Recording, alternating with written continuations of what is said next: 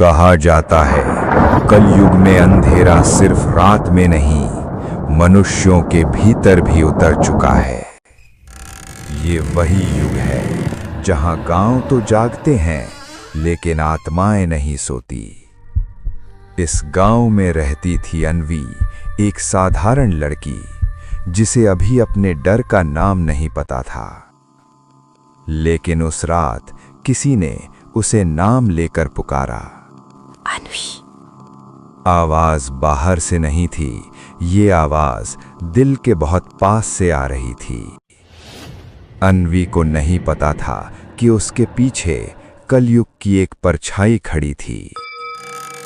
जब मंदिर का दीपक नीला जलने लगे तो समझ लो कुछ बहुत गलत होने वाला है, क्योंकि कलयुग में दरवाजे बाहर नहीं खुलते, नरक इंसान के अंदर से शुरू होता है।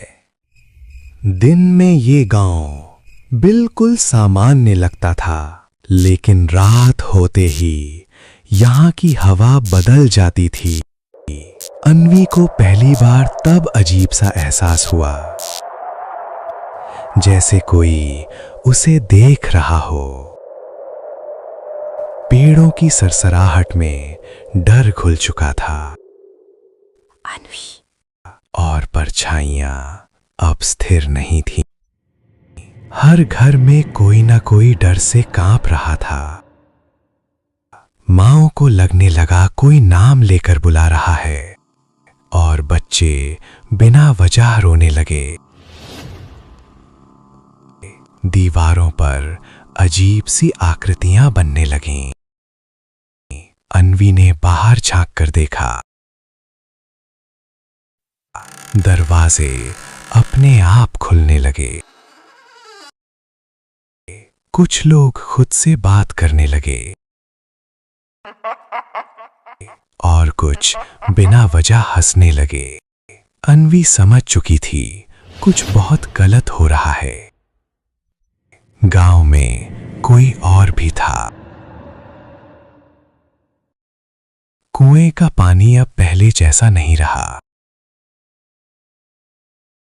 जानवरों ने सबसे पहले इस खतरे को महसूस किया। तभी किसी ने उसका नाम लिया। अन्वी ने पीछे मुड़कर देखा। वो आवाज इंसानी नहीं थी। माँओं की सिसकियां अब प्रार्थना बन चुकी थीं। परछाइयां अब साथ चलने लगी थीं। और पूरे गांव को समझ आ गया था कलयुग का अंधेरा जाग चुका है। उस रात अघोरनाथ को नींद नहीं आ रही थी, जैसे अंधेरा उससे कुछ कहना चाहता हो। कमरे की दीवारें आज कुछ ज्यादा ही शांत थीं। तभी उसने वो संदूक खोली जिसे कभी नहीं खोलना चाहिए था। सदियों पुराने ताड़पत्र जिन पर समय भी डर के मारे ठहर गया था।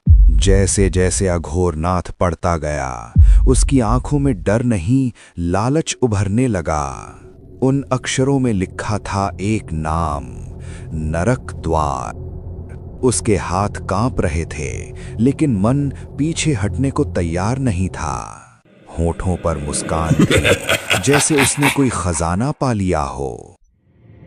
पर उसे क्या पता था कि उसकी परछाई अब उसकी नहीं रही। अचानक दिए की लौ नीली हो गई। कालाय नमः अधर्माय स्वाहा। कमरा घूमने लगा। हवा में जैसे कोई अदृश्य शक्ति जाग चुकी थी। और तभी नरक ने पहली बार अपनी मौजूदगी दर्ज कराई।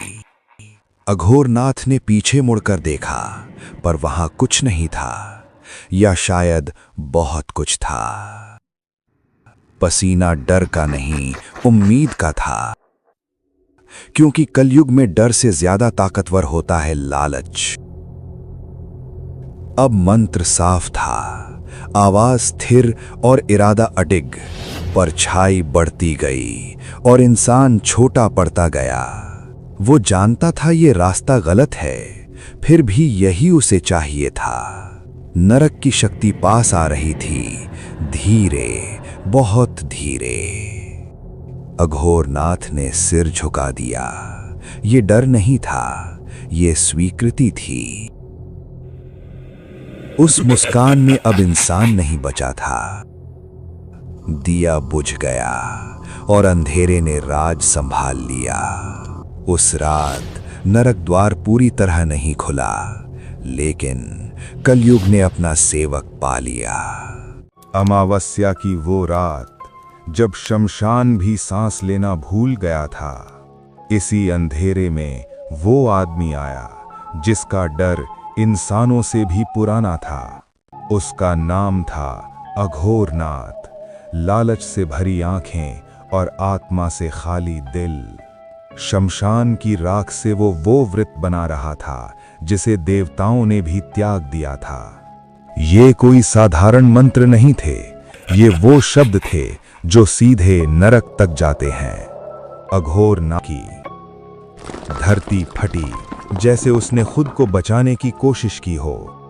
परछाई उसकी नहीं थी, लेकिन जुड़ चुकी थी हमेशा के लिए। पहली आहट नरक ने जवाब दे दिया था, बिना कोई शब्द बोले। और फिर वो द्वार दिखा जिसे खुलना नहीं चाहिए था। अघोरनाथ खड़ा था नरक के सामने, बिना किसी भय के। अंदर कुछ था जो बाहर आना चाहता था। उसकी मुस्कान बता रही थी, वो जीत को मौत से बड़ा समझ बैठा था। हर पाप के साथ द्वार और खुलता जा रहा था। शमशान कांप रहा था, जैसे वो भी भाग जाना चाहता हो। ये कोई राक्षस नहीं था, ये कलयुग की सजा थी। पहली बार अघोरनाथ की आंखों में डर उतरा। अब द्वार नहीं, भाग्य खुल रहा था। उसने आखिरी मंत्र पढ़ा, लेकिन अब शब्द उसकी सुन नहीं रहे थे। नरक द्वार आधा खुल चुका था और आधी दुनिया खतरे में। और फिर सब शांत हो गया, तूफान से पहले की शांति। सुबह हो चुकी थी, लेकिन गांव में रोशनी नहीं थी, सिर्फ बेचैनी थी। अन्वी को लगा कुछ गलत है। हवा भी आज सवाल पूछ रही थी। मां ने बच्चे को पुकारा, पर जवाब कहीं खो गया था। जानवर पहले समझ जाते हैं जो इंसान बाद में महसूस करता है। किसी के दिमाग में कुछ टूटने लगा था। जब मंदिर की घंटी बिना हाथों के बजे, तो समझ लो अधर्म जाग चुका है। हंसी थी, लेकिन खुशी नहीं, ये पागलपन था। कलयुग में सबसे डरावना पल जब मां अपने बच्चे को पहचान न पाए। अन्वी को आवाजें सुनाई देने लगी, नाम लेकर बुलाती हुई। जब आसमान बदलता है तो पाप भी रंग बदलता है। अब दुश्मन बाहर नहीं था, हर इंसान दूसरे का दुश्मन बन रहा था। ये कोई राक्षस नहीं था, ये पाप की परछाई थी। अन्वी टूटती है। अन्वी समझ चुकी थी, ये डर बाहर से नहीं, अंदर से आ रहा है। जब मन पर अंधकार छा जाए तो इंसान खुद को भूल जाता है। कल तक जो साथ थे, आज एक दूसरे का खून मांग रहे थे। उस रोने में सिर्फ दर्द नहीं था, एक युग की हार थी। जब पानी भी बेचैन हो जाए तो समझ लो कुछ बहुत गलत हो चुका है। नरक का असर अब हर सांस में था। भीड़ में भी अन्वी अकेली थी। कलयुग की सबसे बड़ी बीमारी, भरोसे की मौत। लोगों ने दरवाजे बंद कर लिए, लेकिन डर अंदर आ चुका था। मां ने बच्चे को कसकर पकड़ा, जैसे डर को रोक सकती हो। अंधकार ने कह दिया था, ये तो बस शुरुआत है और फिर एक डरावना सन्नाटा, तूफान से पहले। शाम ढल चुकी थी। गांव अब सिर्फ सांस ले रहा था, जी नहीं रहा था। उसी सन्नाटे में एक कदम पड़ा, जिसके लोगों ने देखा पर समझ नहीं पाए कि कौन आया है। अन्वी की आंखों में पहली बार डर से ज्यादा उम्मीद थी। धरती ने खुद बता दिया कि ये व्यक्ति साधारण नहीं है।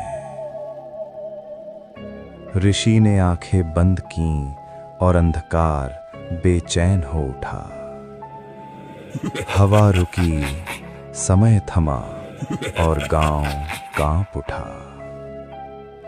जो उन्होंने देखा वो आने वाला अंत था। ये राक्षस नहीं था, ये नरक का रास्ता था। डरे हुए सवाल अब जवाब मांग रहे थे। अंदर है। कुछ सिर झुके क्योंकि पाप पहचाना जा चुका था। ऋषि की आंखों में डर नहीं, सिर्फ सत्य था। जहां सत्य होता है वहां अंधकार ठहर नहीं सकता। पर याद रखो, अंधकार हारता नहीं, वो इंतजार करता है। उम्मीद कलयुग में सबसे बड़ी तपस्या है। ऋषि जानते थे असल युद्ध अभी बाकी है। हर मंत्र नरक के द्वार पर एक प्रहार था। कुछ पल के लिए गांव ने सांस ली। अगर मन नहीं बदले तो कोई शक्ति नहीं बचा सकती, क्योंकि नरक अभी दूर नहीं गया। जहां जीवन खत्म होता है, वहीं से सच का रास्ता शुरू होता है।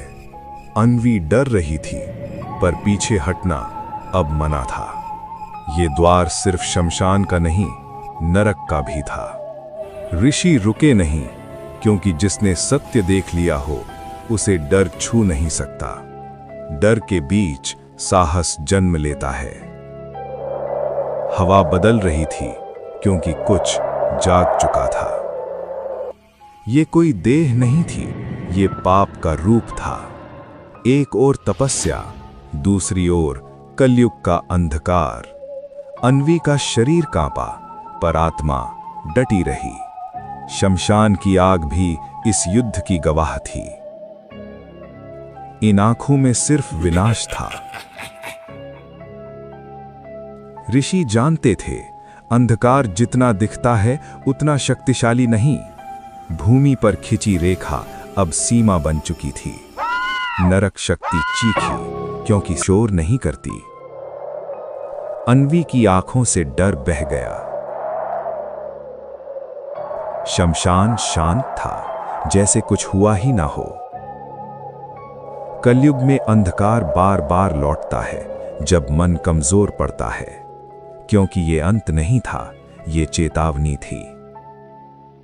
रात गुजर चुकी थी, पर उसके निशान अब भी गांव में थे।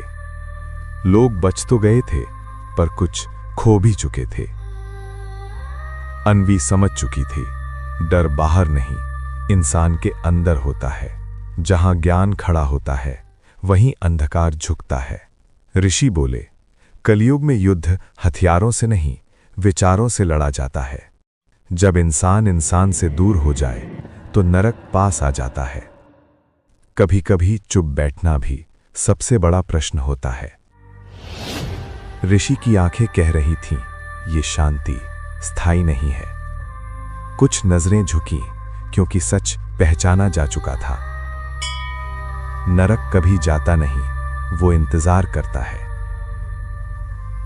और जब मन जाग जाए तो आशीर्वाद रक्षा बन जाता है, क्योंकि कलयुग में अंत